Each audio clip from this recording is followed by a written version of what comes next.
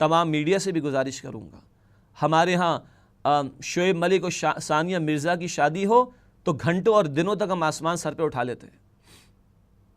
رسول اللہ کی سیرت کا بیان کتنا ہوتا ہے،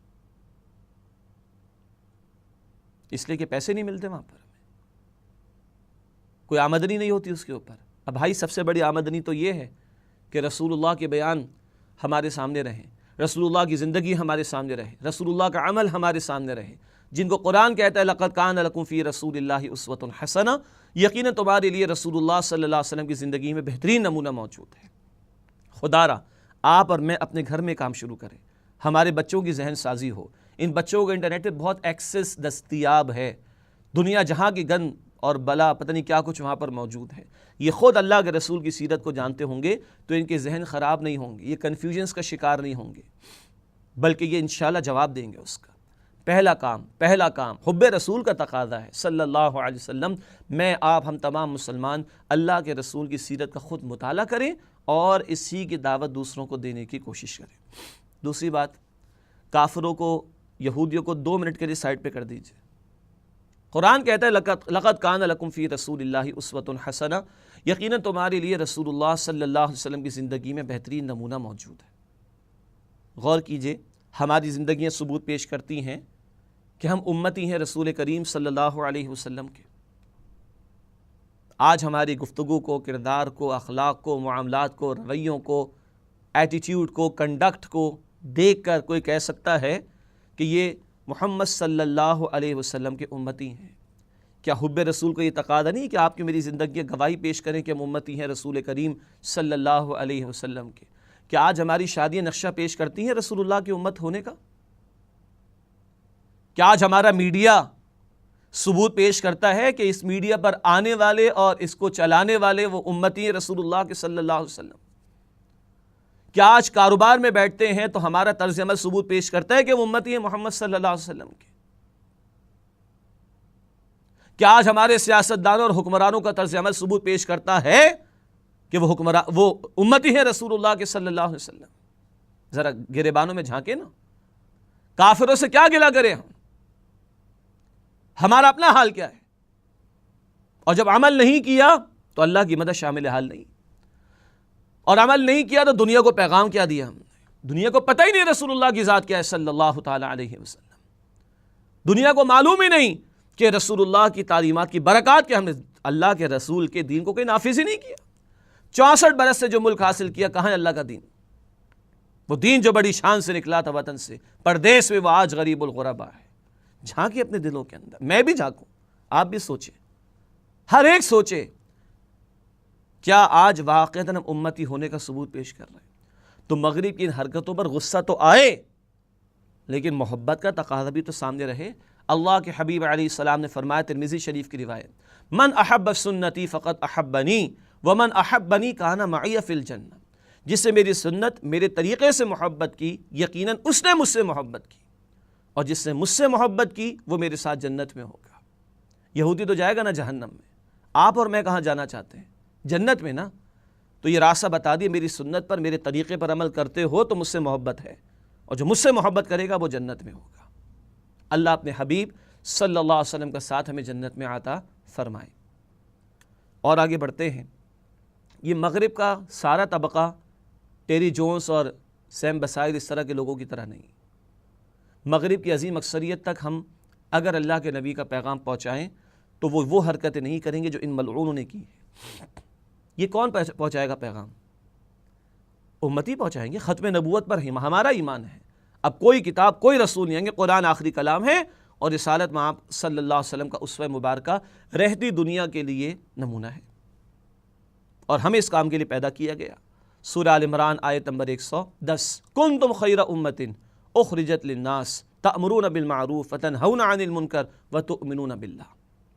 مسلمانوں تم بہترین امت ہو، تمہیں انسانیت کے لیے پیدا کیا گیا، تم بھلائی کا حکم دو گے اور تم بدی سے روکو گے، وتؤمنون باللہ، تم ایمان رکھتے ہو اللہ سبحانہ وتعالی پر۔ انسانیت تک اللہ کے پیغام کو پہنچانے کی ذمہ داری ہم پر۔ اگر آج کچھ شرپسند اور ملعونوں نے رسول اللہ صلی اللہ علیہ وسلم کی ذات مبارکہ کے حوالے سے یہ گستاخیاں کی ہیں، اس پر اور باتیں میں عرض کروں گا انشاءاللہ آپ کے سامنے اقدام کے حوالے سے، تو ایک کرنے کا کام امت کا ہے، اتنا ہی زیادہ اس سے بڑھ کر رسول اللہ کی زندگی واقعتاً جو ہے وہ دنیا کے سامنے پیش کرے، اپنے قول سے بھی پیش کرے. اور قول کا مطلب یہ زبان نہیں. آج قول یہ سارا میڈیا ہے، electronic media, print media, local media, international media, جو ذرائع کمیونیکیشنز کے اویلیبل ہیں، دستیاب ہیں، ان سب کے ذریعے رسول اللہ کی زندگی انسانیت کے سامنے رکھی جائے صلی اللہ تعالی علیہ وسلم. اب آئیے حکمرانوں کی سطح پر. میں نے تحسین کی ہے، ہمارے حکمرانوں میں بہت بگاڑ ہے، بارہا اس بات کا ذکر آتا ہے، لیکن کوئی اگر اچھی بات ہے تو تحسین کر لینی چاہیے. اچھی بات ہے کہ تعطیل کی گئی گزشتہ جمعے کو تاکہ امت اپنے جذبات کا اظہار کرے اور اپنا احتجاج ریکارڈ کرائے، اچھی بات ہے.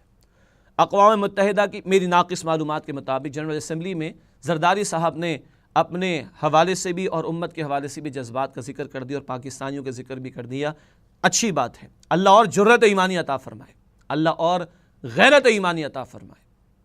اس سے آگے بڑھ کر میں عرض کرنا چاہوں گا، 57 سے زیادہ مسلم ممالک ہیں، 1.5 سے 2.25 ارب کی تعداد ہے مسلمانوں کی زمین پر. پیٹرول جیسا ایک بہت بڑا ہتھیار اللہ نے ہمیں دے رکھا ہے.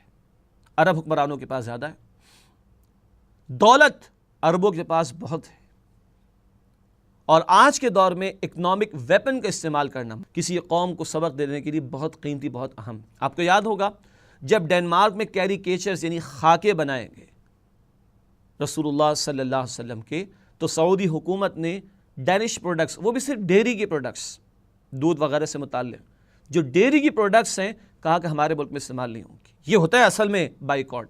میں اور آپ جذباتی اعلان کر دیں اور حکومتی سرپرستی شامل ہو تو بائیکاٹ کوئی نہیں ہوتا.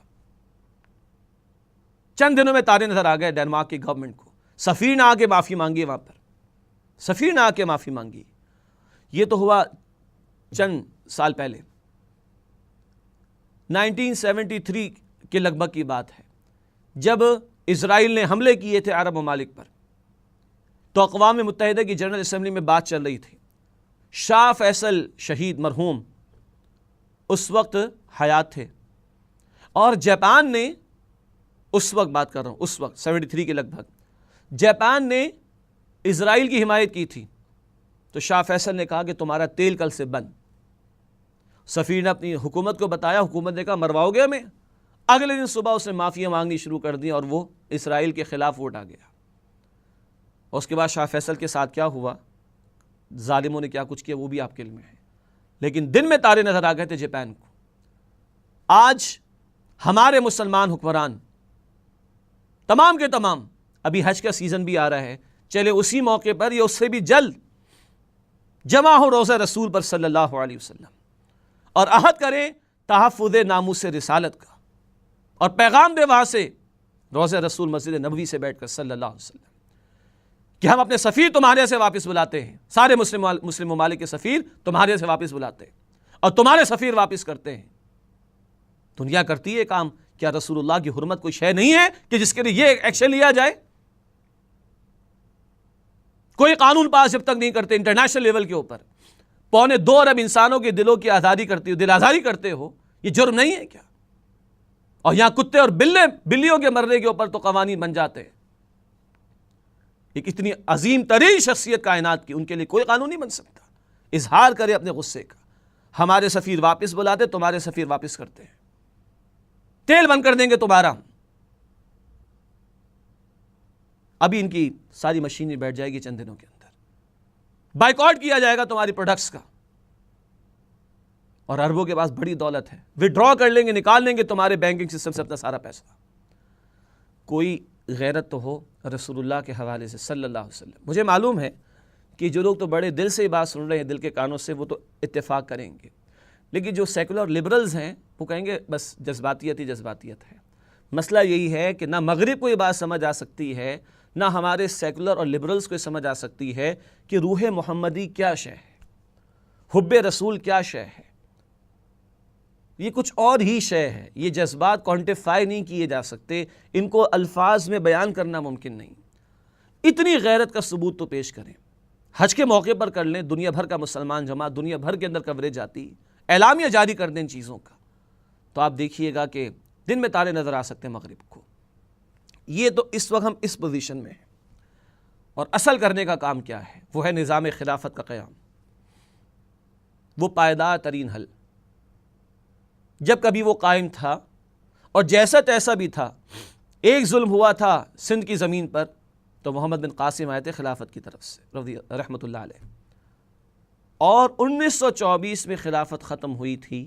پہلے بھی عرض کر چکا ہوں، رہی صحیح خلافت جب باقی تھی 1924 سے پہلے، تو وقت کے خلیفہ نے برطانیہ کے اور فرانس کے سفیر کو بلا کر بول دیا، اگر یہ گستاخانہ اسٹیج شوز تم شروع کرنے لگے ہو اپنے ملکوں میں، نہیں رکواتے تو تمہارے خلاف اعلان جنگ قتال کا فیصلہ ہوگا۔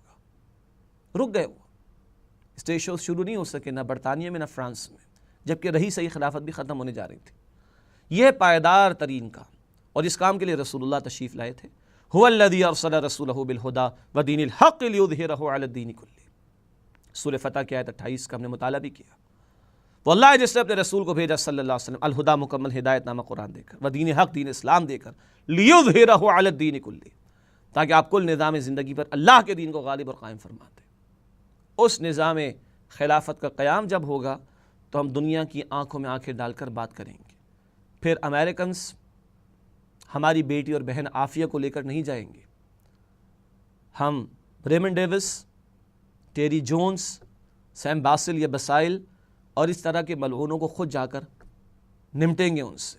آج دنیا انٹرپول کے ذریعے ہم سے اپنے مجرمین مانگتی ہیں، کل اگر نظام خلافت واقعتاً قائم ہوتا ہے جو پائیدار ترین کام ہے، ہم دنیا سے مانگیں گے ان مجرمین کو اور کیفر کردار تک پہنچائیں گے۔ تب تک کے لیے جد و جہد جاری رہنی چاہیے۔ اللہ مجھے اور آپ کو اپنے حبیب کی سچی محبت بھی عطا فرمائے، ہمیں ان کی سیرت کا مطالعہ کرنے کی توفیق دے، ہمیں ان کی تعلیمات پر عمل کرنے کی توفیق دے، ان کے پیغام کو انسانیت تک پہنچانے کی توفیق دے۔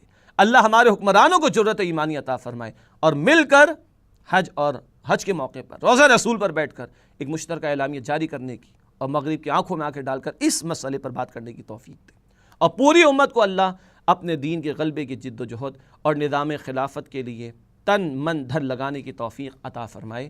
آمین یا رب العالمین۔ وآخر دعوانا ان الحمد للہ رب العالمین، والسلام علیکم ورحمۃ اللہ وبرکاتہ۔